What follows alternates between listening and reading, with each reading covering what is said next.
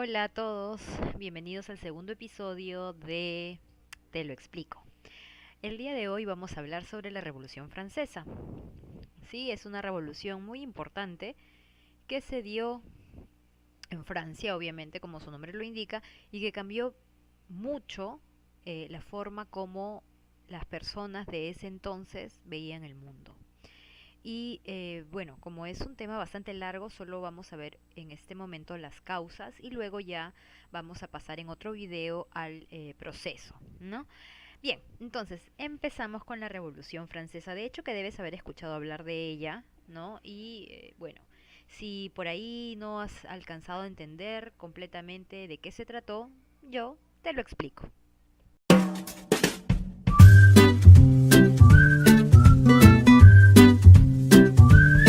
RaptorForest.com.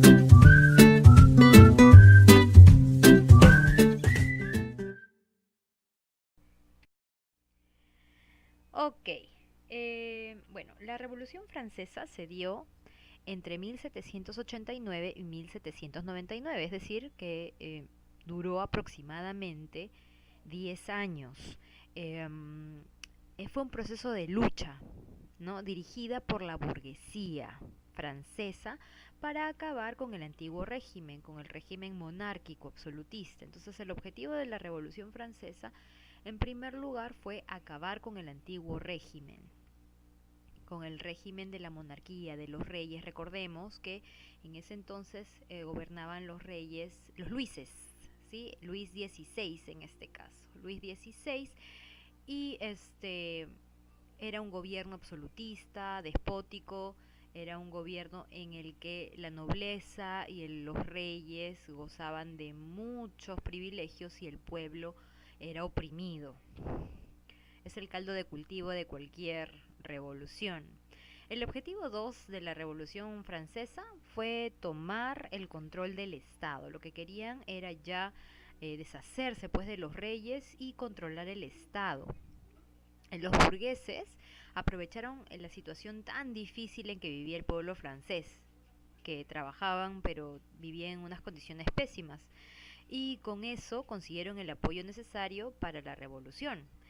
Em, ¿Quiénes eran los burgueses? Bien, los burgueses eran las personas del pueblo que habían alcanzado cierto nivel de educación y que tenían negocios, ¿no? Tenían poder económico, pero no podían alcanzar a ser nobles. Entonces eso como que los resentía un poco y buscaban, ¿no? Poder una movilidad social, poder moverse hacia las esferas de los nobles, poder tener influencia en el Estado y se valieron pues de estas terribles condiciones en las que vivía el pueblo para poder llevar a cabo la revolución. ¿Qué pasaba también con el régimen antiguo? Sabemos que tenían, como les dije hace un ratito, monarcas, reyes, pero también era feudal y absolutista. ¿Eso qué quiere decir? Feudal, que la tierra que el pueblo trabajaba no era suya. Ellos trabajaban para la nobleza y por lo tanto eran explotados, ¿no? La tierra nunca llegaba a ser de ellos y no podían aprovechar los frutos que ya daba. Bien, luego, paralelamente a la revolución industrial es que se da la revolución francesa. ¿Ok? Fueron dos revoluciones paralelas. La revolución industrial se dio en Inglaterra y la revolución francesa se dio en Francia. Ahora vamos a ver un poco las causas.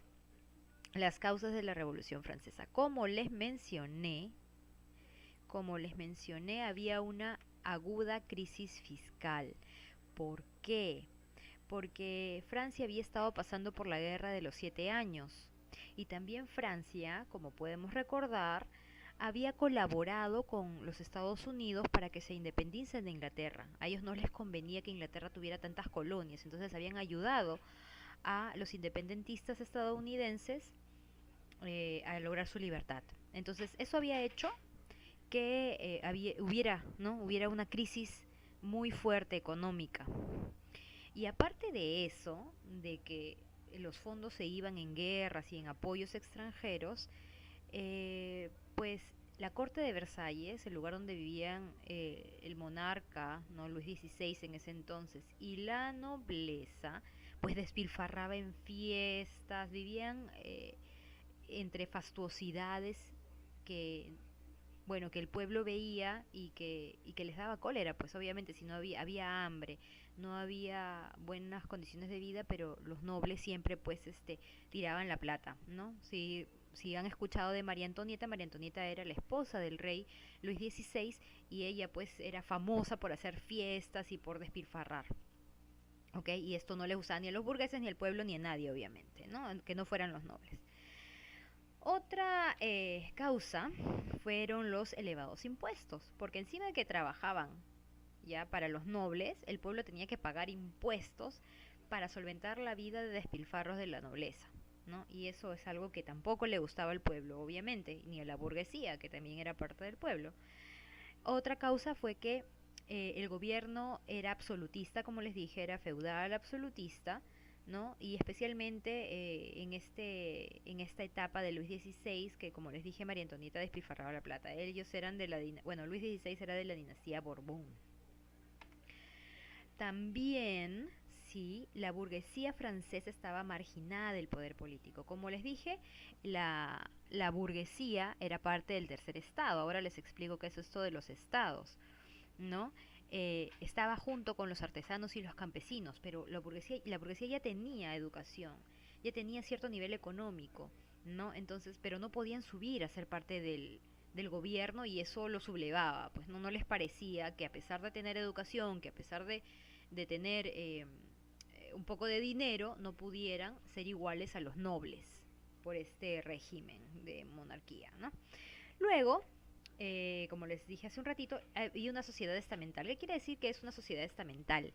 Que son estamentos o clases dentro del Estado, ¿no? Habían clases sociales de las que no se podía salir. Es decir, si tú nacías pueblo, eras pueblo hasta que te murieras, así tuvieras educación, así tuvieras dinero, así tuvieras empresas, así tuvieras lo que tuvieras. No había movilidad social. No, y esta sociedad estamental oprimía mucho al pueblo, porque el pueblo era el que trabajaba, el pueblo era el que pagaba los impuestos, y todos pues le daban dinero a los monarcas que no hacían nada, que solo se metían en guerras tontas y encima gastaban la plata así despilfarrándola. Bien, ¿cuáles eran las clases? Habían dos grandes clases, ¿no? La clase dominante, que está dividida por dos partes, que son el primer estado, que era el clero. Recordemos que el clero siempre ha tenido bastante poder y más en esas épocas. Y el segundo estado, que era la nobleza. Esa era la clase dominante. Y el segundo grupo era la clase dominada, que se denominaba el tercer estado o estado llano. Eso bueno, de aquí formaba parte la burguesía, los artesanos y los campesinos. Entonces esas básicamente fueron las causas por las cuales se empezó a gestar la revolución. Pero aparte de eso, habían causas ideológicas, porque ya desde antes empezó la ilustración, ¿no? Que era una corriente intelectual que ya estaba naciendo, ¿ok? Desde un poco antes de que se empezaran a gestar las demás causas. Entonces, para ver un poco los protagonistas de la ilustración, que eran los que criticaban, eran la base filosófica de los que criticaban el antiguo régimen o la monarquía, vamos a ver a los personajes principales y cuál fue su aporte. Los personajes principales fueron los filósofos ilustrados. Y tenemos en primer lugar a Montesquieu, ¿no? Montesquieu escribió El espíritu de las leyes. Este libro, ¿no? Esta publicación, criticaba la monarquía absolutista y lo que planteaba básicamente era que se dividieran los poderes del Estado, más o menos lo que tenemos ahora en la moderna democracia, la división en el poder legislativo, el poder ejecutivo y el poder judicial. Él fue el que lo pensó, Montesquieu. Otro importante filósofo ilustrado fue Voltaire, ¿no? Voltaire escribió las cartas filosóficas, o también se llaman las cartas inglesas, y lo que criticó fue el abuso de autoridad de la monarquía.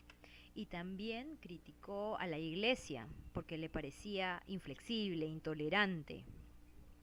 Y también manifestó su admiración por el sistema político inglés, que sabemos que era diferente, era un poco más democrático dentro de lo que cabe, ¿no? y también difundió las ideas liberales de John Locke. Otro importante personaje fue Rousseau. Rousseau planteó, ¿no? Bueno, primero que publicó dos libros, El Contrato Social y El Emilio. En el Contrato Social propone la igualdad entre los hombres a través de un Estado instituido por medio de un contrato social. ¿Qué quiere decir esto? Que el pueblo le da a un gobernante, ¿no?, la posibilidad de que gobierne para que no haya caos, pero el pueblo es el real, eh, el, el que realmente gobierna o debería gobernar, ¿no? Y él planteaba de que se tiene que respetar la voluntad general. Y también en el Emilio, ¿no? En la publicación El Emilio lo que plantea es que el hombre nace bueno. El hombre de por sí nace bueno, pero la sociedad es la que lo corrompe y por lo tanto, mientras menos pegados estemos a las cosas que no son naturales, mejor. Esto es lo que plantea Rousseau. Él particularmente me gusta bastante. Y finalmente tenemos a Diderot. Diderot, ¿por qué es importante? Bueno, pues porque él editó la enciclopedia, ¿no? Que es la síntesis de los conocimientos de la época, porque había mucho que aprender, ¿no? Ahí estaba todo lo que se necesitaba saber y lo que podía hacer que el pueblo aprenda, que mejore. Entonces ellos son los filósofos ilustrados que cambiaron la idea, la mente de las personas y que a partir de ahí fue de que se gestó también la Revolución Francesa. Bien, entonces eh, por favor no se vayan a perder el siguiente video. En el siguiente video vamos a ver el desarrollo de la Revolución Francesa, el proceso etapa por etapa y qué implicaba cada etapa. Y si, claro, quieres suscribirte al canal, pues eres bienvenido porque eh, todo lo que necesites saber y si quieres puedes poner qué es lo que te gustaría que te explique, yo te lo explico sin ningún problema. Gracias por tu atención.